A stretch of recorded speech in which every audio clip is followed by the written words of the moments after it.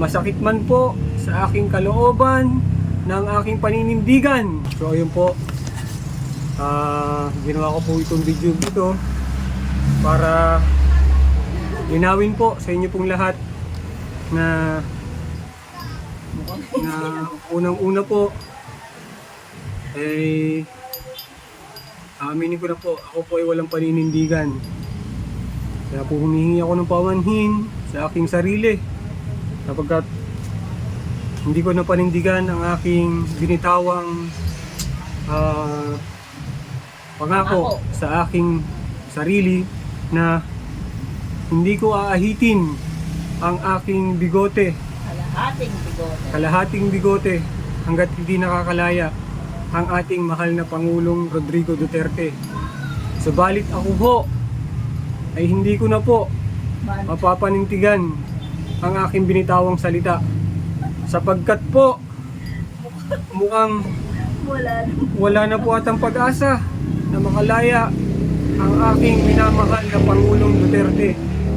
Kaya ho ako po andito po sa inyo pong harapan para po formal ng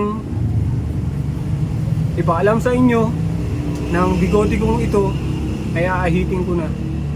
Masakit man po sa aking kalooban ng aking paninindigan ay hindi ko napanindigan. Kaya po humihingi po ako sa inyo ng pasensya. Ito na po, aahitin ko na po siya. Hindi ko na po talaga kayang maantay pa ang paglaya ng aking mahal na Pangulong Duterte. Kaya ho, ang aking paninindigan ay aking binali. Kaya po, paumanhin po sa inyong lahat.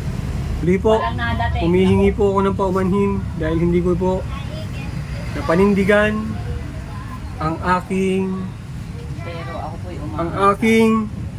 binitawang salita na hindi ko aahitin ang aking bigote hanggat hindi nakakalaya ang aking mahal na Pangulong Duterte. Ako po ay bumali sa aking paninindigan, sa aking pangako sa sarili.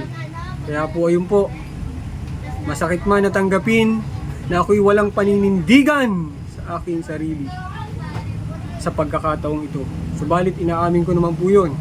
Wala pong masama ron. Ang kagandahan po, inamin ko sa aking sarili na ako'y walang paninindigan sa aking salitang binitawang pangako para sa aking sarili. Pero hindi pa rin po ako nawawala ng pag-asa ng ating Pangulong Duterte ay makakalaya. Yun lamang po at maraming salamat po. Yun po ang aking paglilinaw. Salamat po.